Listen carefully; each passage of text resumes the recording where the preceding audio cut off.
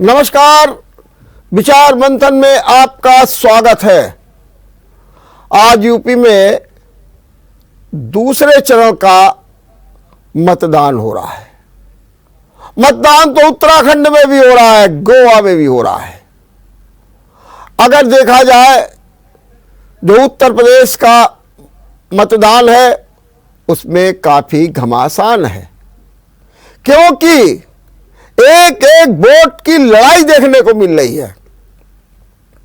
और वहीं दूसरी ओर अगर उत्तराखंड में देखें तो वहां पर भी अब तक 40-45% वोट पड़ चुका है, लेकिन गोवा में 60% से अधिक वोट पड़ा है। आज इसी पर चर्चा करेंगे। मतदान का रुख क्या है, मतदान प्रथम चरण की तरीके से है या अन्य, इस पर चर्चा करने के लिए हमारे साथ 3 मेहमान जुड़ चुके हैं। आइए मैं उनका परिचय करा दूं।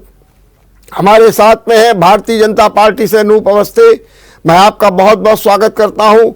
आरएलडी से प्रवक्ता विनोद राठी जी हैं, मैं आपका बहुत बहुत स्वागत करता हूं। और साथ में है राजनीतिक विश्लेषक नावेद सिको जी, मैं आपका बहुत बहुत स्वागत करता हूं।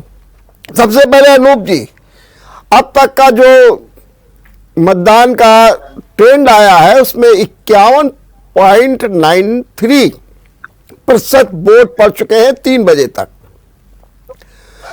और अब निश्चित रूप से 4-5% वोट और बढ़ गया होगा, 55 के ऊपर भी हो सकता है कि। तो ये वोट का जो पैटर्न है, जबकि हम लोगों ने बड़े प्रयास किए, क्या कारण है कि उतना उत्साहजनक वोट नहीं दिखाई दे रहा है? जी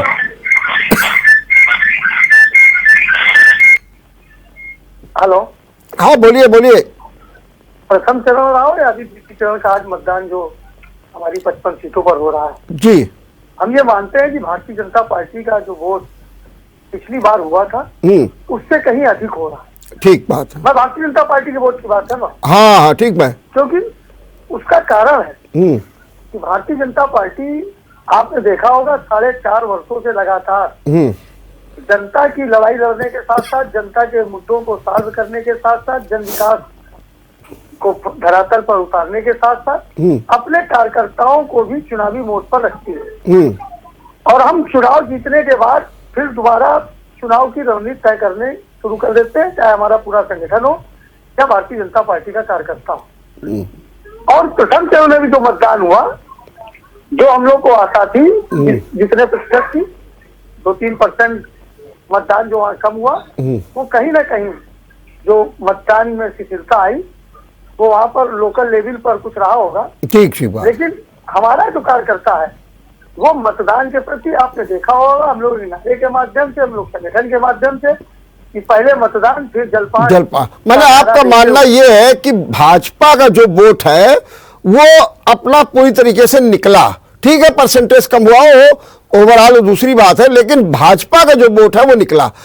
मैं राठी जी आपसे सवाल पूछता हूं कि जो इस समय का प्रतिशत है 51.93, उसको आप किस रूप में देख रहे हैं? हालांकि अब बढ़ गया होगा, 55 और 56% भी हो सकता है। हमारे भाजपा के साथी कह रहे हैं कि भाजपा का तो वोट पूरा निकला है और उसमें कोई दिक्कत नहीं। क्या कहेंगे आप?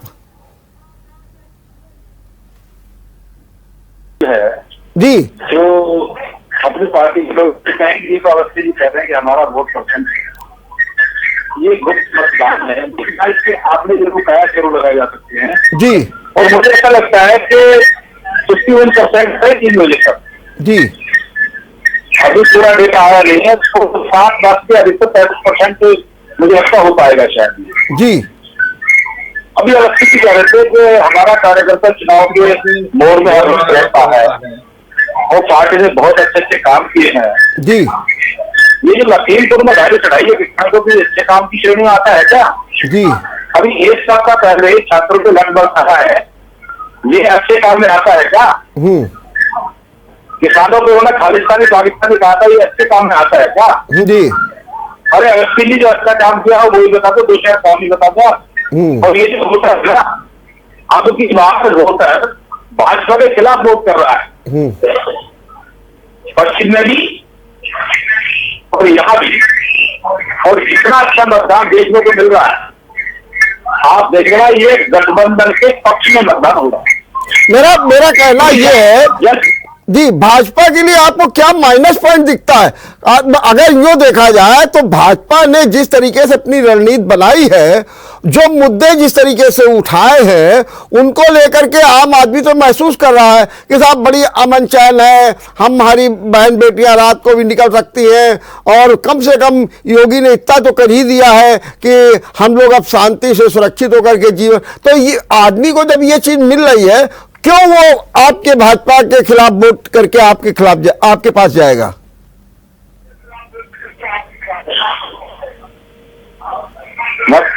जी हाँ विनोद जी बताइए। ऐसे आपको हो सकती है जी, कानून व्यवस्था इनकी से कागजों पर किए इन्होंने बड़े बड़े बोर्ड लगाए हैं जी। मेरा ये कहना है कि जितना खर्चा इन्होंने प्रचार में किया है, यदि इतना खर्चा करके देश की, उत्तर प्रदेश की साफ सफाई में, रोजगार में या कि कानून व्यवस्था में इतना पैसा खर्च कर देते तो निश्चित रूप से इसकी हो जाती। ये कौन सी कानून व्यवस्था की बात करते हैं? इन सारे आज भी मर्डर हो रहे हैं।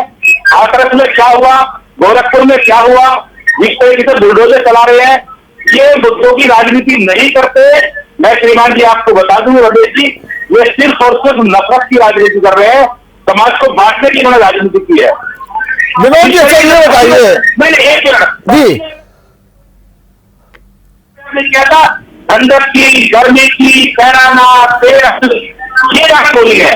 जनता इन चीजों को सुनना नहीं चाहती, जनता सिर्फ लोकसभा चुनाव का होना चाहती है। ठीक बात। अनूप जी सुना आपने कि विनोद, हाँ बोलिए संजय बोल जी।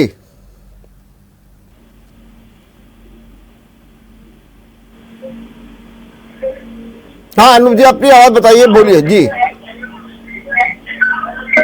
ये जिस तरीके से बार बार बुलडोजर की बात करते हैं, ये जिस तरीके से बार बार कानून व्यवस्था की बात करते हैं, तो विनोद राठी जी को अंतरात्मा से पता होगा कि इन 4.5-5 वर्षों में जिस तरीके से हमने उत्तर प्रदेश के अपराधियों पर नकेल डालने का काम किया, भू माफियाओं पर बुलडोजर चलाने का काम किया, अपराधी तत्वों के नाजायज तरीके से बनाए हुए और भूमि अर्जित की गई उसको हमने बुलडोजर चला के ढाने का काम किया। ये एक बात चुप लेकर लखीमपुर की बात कर रहे हैं।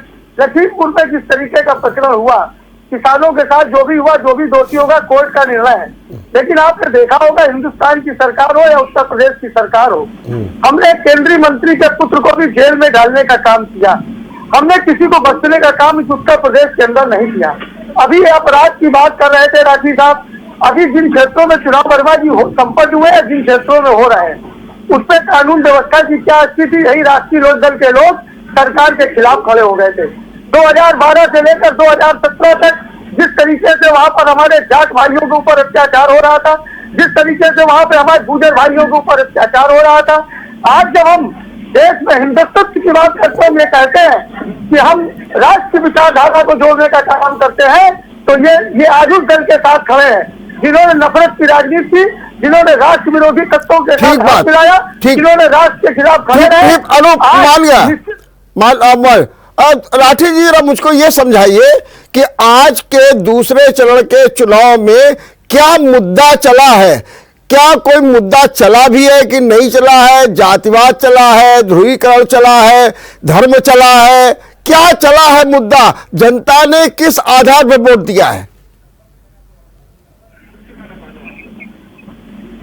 अनूप जी, सबसे पहले तो ये जो आपकी टॉप लीडरशिप उल्टी सीधी बकवास करती है, इस तरह की बात मुझसे ना बोले। फिर देश विरोधी, आप जानते हैं देश विरोधी किसे कहते हैं? आपको परिभाषा मालूम है देश विरोधी की? देखिए, गंभीरता से चर्चा करिए। बहुत ही महत्वपूर्ण लोग यहाँ बैठे हुए हैं, राजनीतिक विश्लेषक बैठे हुए हैं। ये देश विरोधी, गद्दार, इस तरह की भाषा मेरे सामने बोलने की आपको आवश्यकता बिल्कुल नहीं। नंबर 1, ठीक, आप मुद्दों की बात करिए, चुनाव मुद्दों पर होना चाहिए। आप पूरा का पूरा चुनाव शिफ्ट करके भावनाओं पे ले जाना चाहते हैं, दंगों पे ले जाना चाहते हैं, जाति पे लेके जाना चाहते हैं, और ये आपका पुराना चरित्र रहा है। आपने भू माफियाओं की बात की थी, मैं आपको कनेक्ट कर देता हूँ। आपके बेसिक शिक्षा मंत्री है मिस्टर द्विवेदी, वो खुद फटे हैं भू माफिया के चक्कर में, दुनिया भर की जमीनें उन्होंने कब्जाई है। शिक्षिता की बात आपके मुंह से अच्छी नहीं लगती है श्रीमान जी। चुनाव चल रहा है, आप किन मुद्दों के साथ आए हैं हमें बता दीजिएगा। आपने कितने लोगों को रोजगार दिया, कितने यहाँ हॉस्पिटल आपने बनाए हैं, आपने कितने स्कूल बनाए हैं, कितने केंद्रीय विश्वविद्यालय बनाए हैं, आपने हाईकोर्ट के बेंच की स्थापना की है क्या? आप इन मुद्दों पर बात करिए। अभी हमने 6 महीने पहले इस देश में, इस प्रदेश में कोरोना की स्थिति देखी है, लाशों को हमने मरते देखा टैक्सों के अंदर, उस पर कोई बात नहीं करोगे। आज 2 साल से कोरोना का नाम ले लेकर तो तुमने शिक्षा का नाश करके रख दिया। पिछले 7 सालों में एक भी डिबेट परिषद में आपने शिक्षा के ऊपर नहीं करवाई। विनोद जी, अब सवाल एक आपसे पूछ रहे हैं कि जरा मुझे बताइए कि वहां पर चुनाव में क्या कोई मुद्दा चला या नहीं चला, जाति पर वोट पड़ा या ध्रुवीकरण पर वोट पड़ा, मैं ये आपसे पूछना चाहता हूं। ये लोग बराबर कोशिश करते रहे, लेकिन हमारे गठबंधन के दोनों नेताओं ने इनको अपने मुद्दों के सामने टिकने नहीं दिया, दरवाजे में एंट्री होने नहीं दी। जनता चुनाव खुद लड़ रही है अगली बार, और मुद्दों में चुनाव हो रहा है। मुद्दे बहुत हैं। किसानों का सबसे बड़ा मुद्दा यहाँ पे है, बेरोजगारी का मुद्दा है, फसलों के दाम का मुद्दा यहाँ पर है, बेरोजगारी का, शिक्षा का मुद्दा है, चिकित्सा का मुद्दा है। जो खुला शान खेतों में घूम रहा है प्रदेश में सबसे बड़ा मुद्दा ये है, लेकिन इनको सिर्फ और सिर्फ 3 मुद्दे हैं। पश्चिम यूपी में जाट और जाट कराया है इन्होंने। जब ये हरियाणा में चुनाव कराते हैं तो कहते हैं कि आप नॉन जाट को वोट दीजिए, और जब पश्चिम में चुनाव कराते हैं तो ये कहते हैं कि मुसलमानों से बचना है तो जाट वोट करें आप हमें। ये सिर्फ नफरत की बात करते हैं, समाज को उन्होंने बांटा है। इनके पास मुद्दे है नहीं, आप इनसे पूछो इनके मुद्दे क्या है। हम तो अपने मुद्दे बता रहे हैं। ठीक बात, ठीक बात। अनूप, आप मेरी आवाज सुन रहे हैं?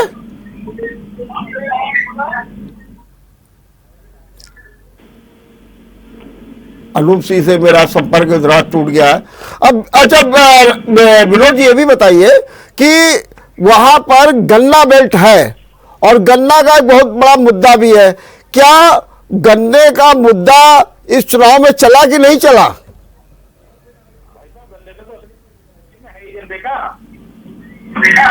आप एक अगर देखिए, मैं आपको बता दूं कि मथुरा से लेके बल्कि सेवर से लेके और मुजफ्फरनगर के बेल्ट हमारी बिजली की बेल्ट, और फिर आगे आगरा की जो बेल्ट हमारी आलू की बेल्ट है, और दोनों किसान बिका हुआ है। पिछले 4 सितंबर तक हमारा गन्ने का भुगतान हुआ है। असली मुद्दा तो गन्ने का ही है, हमारा भुगतान हुआ नहीं है। हमारे किलो से दोगुनी हुई है और फसल के दाम आधे होना कर दिए। गन्ना सबसे बड़ा मुद्दा है, लेकिन ये जिन्ना को लेकर आना चाहते हैं बार बार। आज जितना कितना खुश हो रहा होगा, मंत्री के साथ भी वो खुश होगा। तो जो कौन को जीते जी नहीं कर रहा, करने के बाद भाजपा के लोग कर रहे हैं। ठीक बात, जितना हमारे बीच में आता कहां से? ठीक बात। अनूप जी, ये सब समझाइए कि वहां पर गन्ना की बात होनी चाहिए, लेकिन ये कह रहे हैं जिन्ना की बात ये लोग करते हैं, नफरत की बात करते हैं, मुद्दों की बात नहीं करते हैं। क्या कहना है आपका? वर्मा जी बोलिए। जिन्ना का गुणगान करने वालों के मुंह से गन्ने की बात अच्छी नहीं लगती। लेकिन हमने आपने देखा होगा कि जो पिछली सरकारों में ये 44,000 करोड़ रुपए जो ये गन्ना किसानों का छोड़ गए थे, हमने उसको पूरा किया। हमने 1,95,000 करोड़ रुपए पश्चिम के गन्ना किसानों का भुगतान किया। और आपने देखा होगा कि गन्ना के किसानों के लिए हमने 10 रुपए प्रति क्विंटल की उसको बढ़ाकर गन्ना किसानों को राहत पहुंचाने का कार्य किया। और ये वो लोग हैं जो लगातार जिन्ना की बात करके, जिन्ना की बात बर्बादी किसने करी थी? क्या इन्होंने गन्ने की बात करी? हमने किसानों हित की बात की। और आपने देखा होगा कि किसान सम्मान निधि के माध्यम से जो हम किसानों की को 6,000 रुपए देने का काम करते थे, हमने 12,000 रुपए अपने संकल्प पत्र में बढ़ाने का काम किया। ठीक बात, मैं मान गया। अब राठी जी, जरा मुझे ये समझाइए कि जो पैटर्न अब तक रहा है, जो ट्रेंड रहा है, 9 जिले हैं और सभी 9 जिलों में जो मुसलमान है वोटर्स, वो एक निर्णायक भूमिका में रहा है। और यही कारण है कि पिछले बार भी जब 15 सपा ने सीटें जीती थी तो उसमें भी 10 मुसलमान थे। क्या आपको लगता है कि वही जो निर्णायक भूमिका में जो मुसलमान है, क्या इस बार भी वही चल रहा है और उसको लेकर के किसी प्रकार का वहां ध्रुवीकरण दिखाई दे रहा? विनोद जी।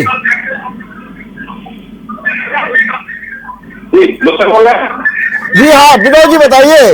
ये माना जाता है कि सेकंड फेज में जो सभी सीटें हैं उनमें कहीं ना कहीं जो माइनॉरिटीज है वो निर्णायक भूमिका में है। क्या आपको लगता है कि ये बात बीजेपी के लिए एक बड़ी चुनौती है? कोशिश ये ध्रुवीकरण भी कर रहे हैं पहले दिन से ही जी, लेकिन दूसरे देश के चुनाव में सबसे बड़ा जो मतदाता है वह मुस्लिम मतदाता है। और आज मुस्लिम मतदाता बिल्कुल बेवकूफ नहीं है, वो पहले से बेवकूफ नहीं था जी। इस बार मुट्ठी बंद करके वो गठबंधन को वोट कर रहा है और वो समझ रहा है सबसे ज्यादा उत्पीड़न उन्होंने इनका किया है। हर आदमी को आतंकवादी कहना तोहमत लगा देगा, कोरोना के नाम पर भी तोहमत लगा देगा। ठीक बात है। तो ध्रुवीकरण का प्रयास ये करेंगे तो जरूर, लेकिन वो ध्रुवीकरण में बचेंगे नहीं। बचेंगे नहीं, ठीक बात है। हमारे साथ जुड़ गए राजनीतिक विश्लेषक नावेश सिकोजी। नावेश जी, मैं आपका बहुत बहुत स्वागत कर रहा हूं। नावेश जी बताइए, सेकंड चरण का मतदान हो रहा है और जो अब तक के आंकड़े आ रहे हैं उसके हिसाब से 55% से ऊपर भी जा रहा है। आप इस मतदान को ही आप सुबह से जरूर अध्ययन कर रहे होंगे, आप किस रूप में देख रहे हैं इस मतदान को? जी बहुत ही चुनौतीपूर्ण है ये तो मतदान। मतलब ये चरण है ये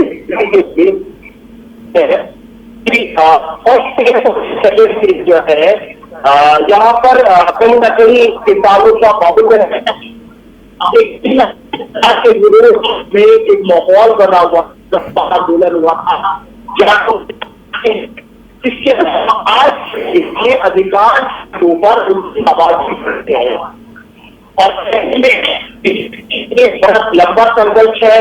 गठबंधन के लिए भी संघर्ष है जी। गठबंधन जहाँ पर लड़ रहा है वहां पर जो पोजिशन के जो फसल है वो मुसलमान प्रार्थने के लिए तैयार है, बहुत मजबूती से सामने है। तो सामने जो ये जो इन दोनों के लिए आज काफी है के लिए है कि यहाँ पर जाटों की भी सकता है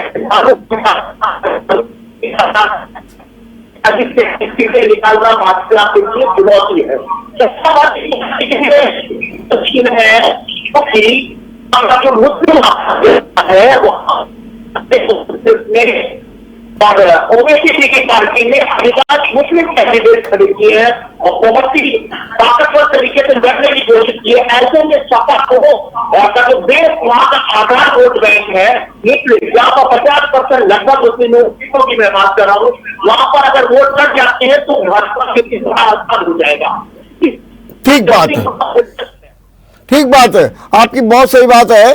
अनूप जी, आपने सुना कि हमारे नावेश सिकोजी कह रहे हैं कि वहाँ पर ओवैसी फैक्टर भी चल रहा है और अगर इस तरीके से वोट बटेगा तो निश्चित रूप से भाजपा को फायदा होगा। आप इसे किस रूप में देख रहे हैं और क्या आपको ये भी लगता है कि जैसे पिछले बार में जो मुस्लिम महिलाएं थी उन्होंने आपको वोट दिया था 3 तलाक के नाम पर, इस बार हिजाब विवाद हो गया है, तो क्या उसके बावजूद भी आपको वोट मिलने जा रहा?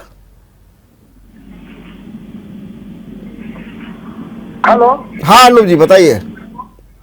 देखिए ऐसा है, हिजाब स्कूल किताब इन सब की बात हम नहीं करते जी। हम तो ये कहते हैं कि जो लोग हमको कहते हैं कि हम नफरत की राजनीति करते हैं जी, हमने लगातार सबका साथ सबका विकास का नारा पूरे भारत और उत्तर प्रदेश में दिया और हम बहुत जिम्मेदारी से कहते हैं कि अभी जो यही लोग हैं ये वोटों का ध्रुवीकरण कैसे हो, जिन्ना की बात सबसे पहले शुरू करने वाले लोग, इनको पता है कि अगर हम इस देश में ध्रुवीकरण नहीं करेंगे तो भारतीय जनता पार्टी जो सर्व समाज में व्याप्त है, सर्वव्यापी, सर्वस्पर्शी है, ये सबका वोट ले जाएगी। और यही कारण है कि आपने देखा फर्स्ट फेज के चुनाव के तुरंत बाद जब इनकी जमीन खसकती हुई दिखी तो एक प्रायोजित तरीके से साठगांठ करके और हिजाब को लेकर आए, और ये हिजाब को इसीलिए लेकर आए कि हम मुस्लिम भाइयों का वोट ले सके। लेकिन इस प्रदेश का मुस्लिम भाई समझदार है, उसको पता है, जो पढ़ा लिखा मुसलमान भाई है, जो राष्ट्र की विचारधारा को जुड़ने वाला मुसलमान भाई है, उसको ये पता है कि उत्तर प्रदेश में 5 वर्षों में एक भी दंगा नहीं हुआ। हिंदू, मुस्लिम, सिख, ईसाई ठीक बात, अमन चैन से उत्तर प्रदेश में रहे, और यही कारण है कि इनकी बौखलाहट दिख रही है। वर्मा जी, चलिए, मेरा सवाल ये अनूप जी, आप जो बार बार कह रहे हैं कि हिजाब ये लाए, ये कहाँ से ले आए? ये तो कर्नाटक में सरकार आपकी है, वहां पर एक स्कूल में ये विवाद हुआ, ये कहाँ से ले आए? ये जो आप बात कर रहे हैं, नंबर 1। चलिए, हम आपसे बात करेंगे। अब विनोद जी, जरा हमको ये समझाने की कोशिश कीजिए कि जो रामपुर में चुनाव हो रहा है, नवाब गुलाम आजम खां, इसको आप किस रूप में देख रहे हैं? उनके बेटे का भी मामला चल रहा है, ये चुनाव किस मोड़ पर है? हालांकि वहां पर भारी मतदान हुआ है। देखिए, मैं फिर दोबारा से कहता हूँ जी, अब की बार गठबंधन ने प्रदेश के सामने खींची है जी, और वो सिर्फ और सिर्फ जनता से कर रहे हैं कि आप सिर्फ मुद्दों पर वोट दें। जी, संविधान में कहीं नहीं लिखा कि आप धार्मिक भावनाओं को हाथ करके वोट लेंगे, आप समाज का और 2 वर्गों का बंटवारा करेंगे।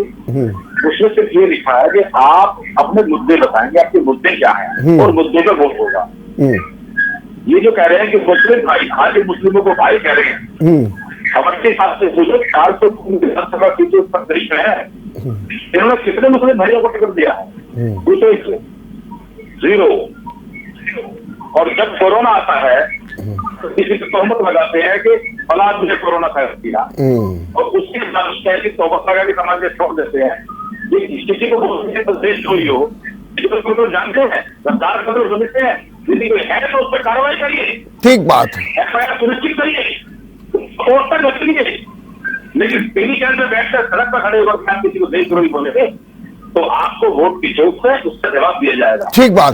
नावेद जी ये बताइए, आप थोड़ा देर से हुए, आज के जो दूसरा चरण हुआ, इसमें क्या कोई मुद्दा चला या सिर्फ ध्रुवीकरण की बात हुई, जातिवाद की बातचीत हुई, माइनॉरिटीज की बात हुई, और जैसा आपने कहा कि वोटों के बंटवारे की बातचीत हुई है, तो क्या कोई मुद्दा चला कि नहीं चला? जबकि ये तो गन्ना बेल्ट है।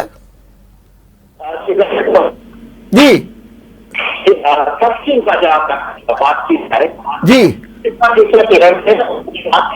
करता है कि जनता पार्टी को लेकर नाराजगी की कहीं न कहीं एक लहर दिखाई दी। कारण आप है, लंबे समय तक किसान बेल्ट है, जाट बेल्ट है, जो सरकार के साथ संघर्ष चला है, ये किसान और जाति के दल की बात है कि भारतीय जनता पार्टी ने भी उसके डैमेज कंट्रोल के लिए किसानों को, जाटों को बनाने के लिए हर तरह से कोशिश की है।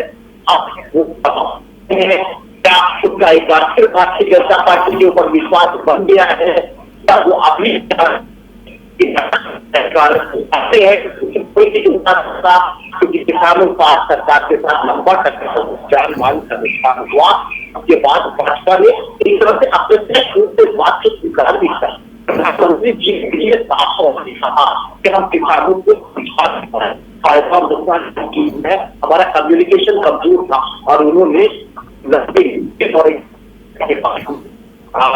कानून होता है कि किसानों के बीच में, सरकार के बीच में कम्युनिकेशन कहीं ना कहीं कमजोर है, उनकी नाराजगी नजर तो गए की बात है। मैं ये नहीं कह रहा उत्तर प्रदेश में क्या है, लेकिन ये 2 फेज है जहाँ पर कहीं ना कहीं बड़ी चुनौती के साथ है। किसानों का मुद्दा जरूर कहीं ना कहीं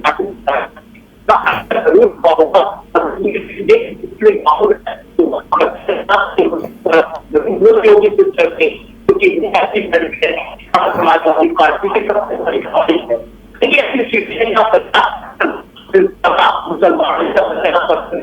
मुसलमान है, तो कहीं ना कहीं वहाँ पर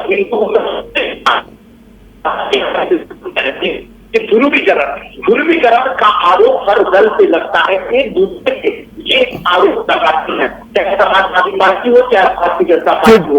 एक बड़ी न्यायालय बात है, ध्रुवीकरण होगा।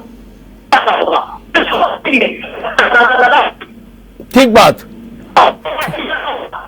अच्छा, ये नावेद जी एक सवाल का जवाब और दीजिए, क्या बीजेपी का कहना है कि हमारा जो झंडा है वो तो महिलाओं ने और बहनों ने उठा रखा है, इसके बारे में आपका क्या कहना है, क्या सही बात है ये?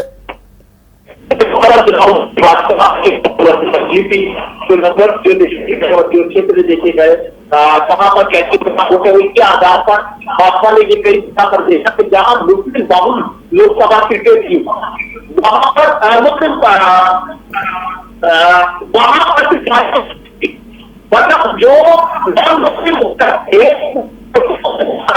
जब भाजपा के पास वोट आए तो भाजपा ने यह अंदाजा लगाया कि जिस तरीके से भाजपा हमने तलाक को लेकर और तमाम बातों को लेकर जो अब उन्होंने इन पर काम किया उसको लगने लगा कि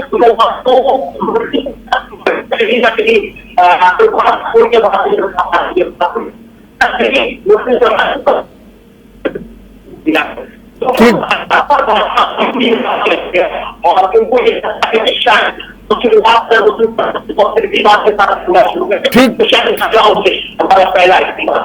ठीक बात, ठीक बात है।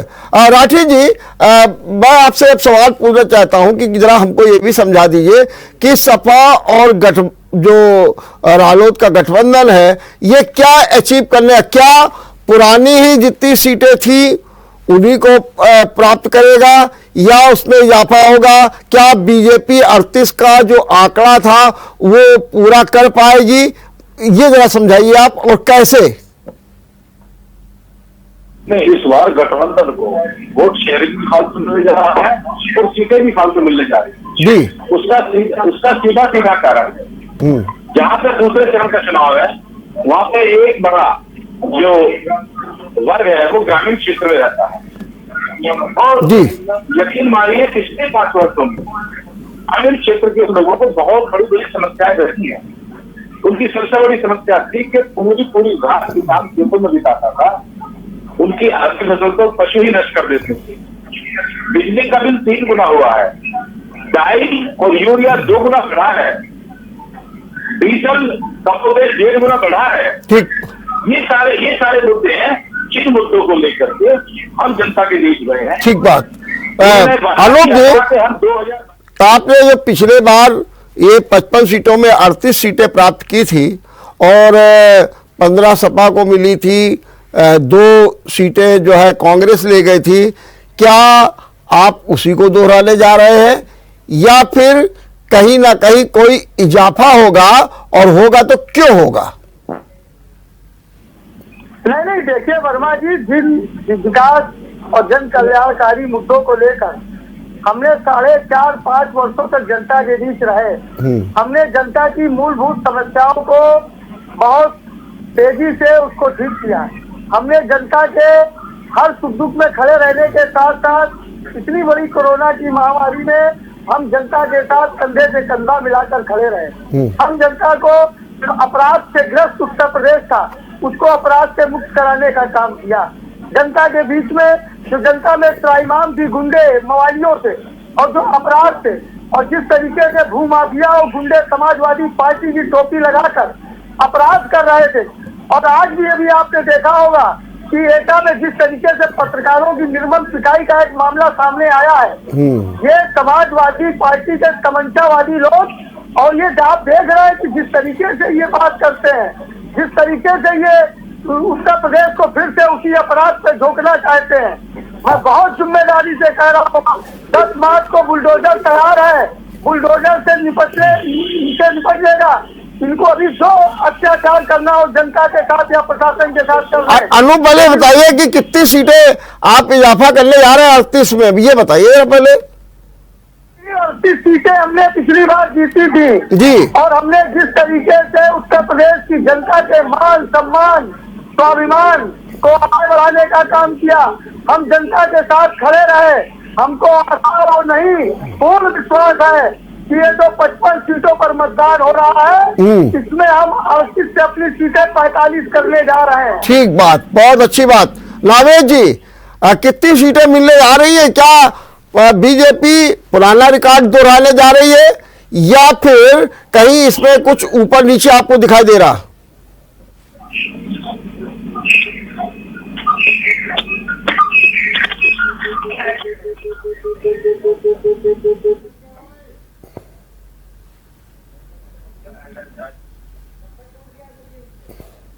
नावेद जी से हमारा संपर्क टूट गया है।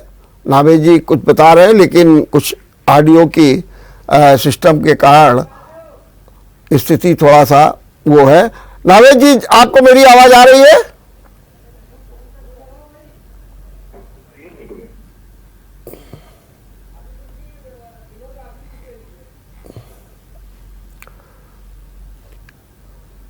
विनोद जी, अब मैं आपसे थोड़ा सा ये भी हमको जरा समझाइए कि जो सेकंड फेज है इसमें बड़े बड़े लोग हैं, सुरेश खन्ना है, आजम खां का मैंने जिक्र ही किया था, धर्म कुमार सैनी है जो वर्ग के सबसे पौत्र हैं, वो चुनाव मैदान में है। माने कई सीटें प्रतिष्ठा की हैं। क्या आपको लग रहा है कि सुरेश खन्ना फिर 9वीं बार जीतने जा रहे हैं?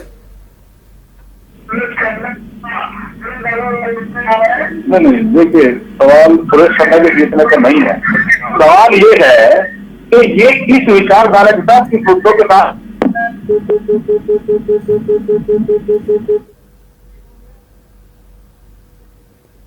विनोद जी से भी हमारा संपर्क टूट गया है। हम यहाँ एक ब्रेक लेते हैं और ब्रेक के बाद फिर हम चर्चा करेंगे।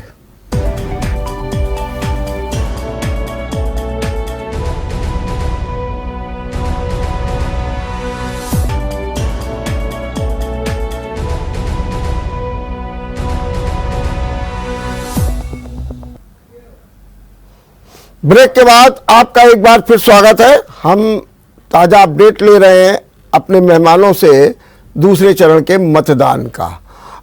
विनोद जी से बात हो रही थी, मैं सुरेश खन्ना का जिक्र कर रहा था, मैं धर्म कुमार सैनी का जिक्र कर रहा था, मैं वर्ग के पौत्र का जिक्र कर रहा था। क्या ये लोग अपनी प्रतिष्ठा बचा पाएंगे?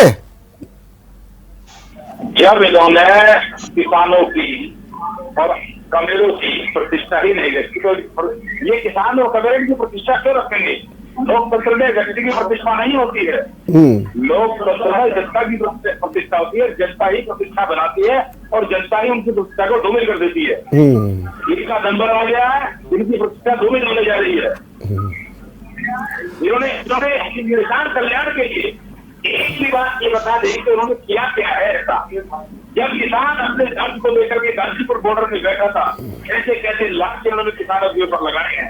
किस तरीके से एंकार में अजय मिश्रा टेडी के बेटे ने गाड़ी चढ़ाई है, किस तरीके से उस दलित की बेटी का रात में उसके सम्मान के साथ उसको अंतिम संस्कार होने का इन्होंने हक नहीं दिया। ये सारे मुद्दे आए सामने हैं। पिछले 5 वर्षों में हमने इनको जिता करके भेजा था। आज वक्त जनता है, जनता जवाब देगी। ठीक बात। नावेद जी, क्या ये सही है कि अगर ग्रामीण अंचल देखें हम पश्चिम का, तो वहां पर तो किसानों का गुस्सा दिखाई देता है, लेकिन शहरी इलाकों में कुछ ऐसा नहीं है, बल्कि वहां तो विकास की बात की जा रही है, अमन चैन की बात की जा रही है। क्या कहेंगे आप? जी, ये बात सही है कि शहर में जो सबसे बड़ी बात जो मुझे इस चुनाव में नजर आ रही है, बहुत खामोशी है, बहुत साइलेंट है। लहर तो नहीं दिखाई दे रही है। भाजपा की लहर हम पिछले कई चुनाव में देखते हैं, इस बार लहर नहीं दिखाई देगा। की जो होते हैं इसलिए नहीं कह पाना इस वक्त जो कह रहे हैं।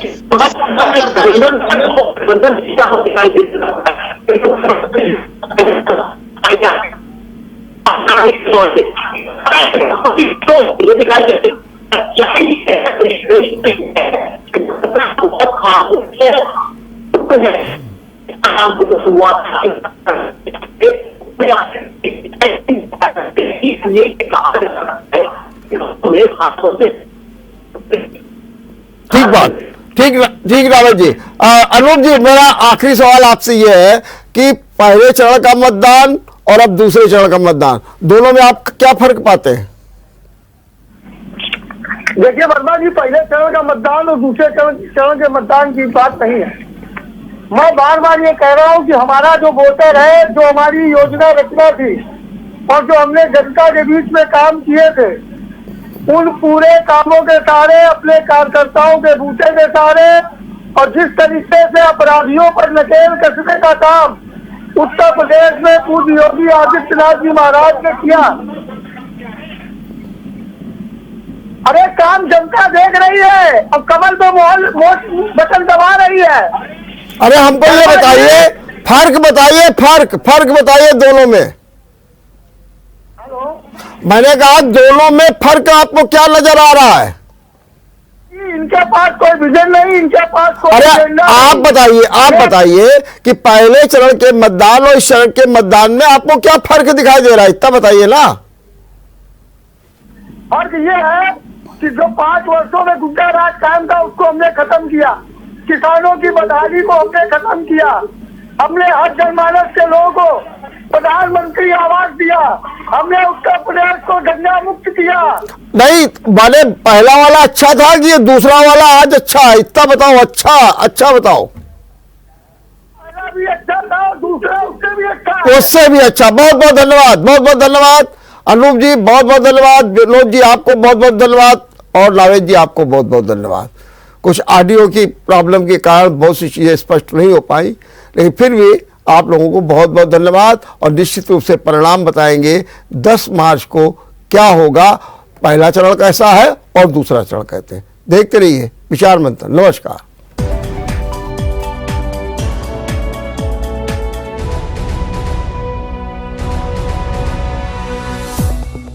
अगर आपको हमारा वीडियो पसंद आया हो तो हमें लाइक करें, सब्सक्राइब करें और ज्यादा से ज्यादा शेयर करें और हाँ, बेल आइकॉन दबाना ना भूलें ताकि हर खबर का अपडेट आप तक पहुंचे तुरंत। आप हमें इंस्टा, ट्विटर और फेसबुक पर भी फॉलो कर सकते हैं। हमारी आईडी है @JMT News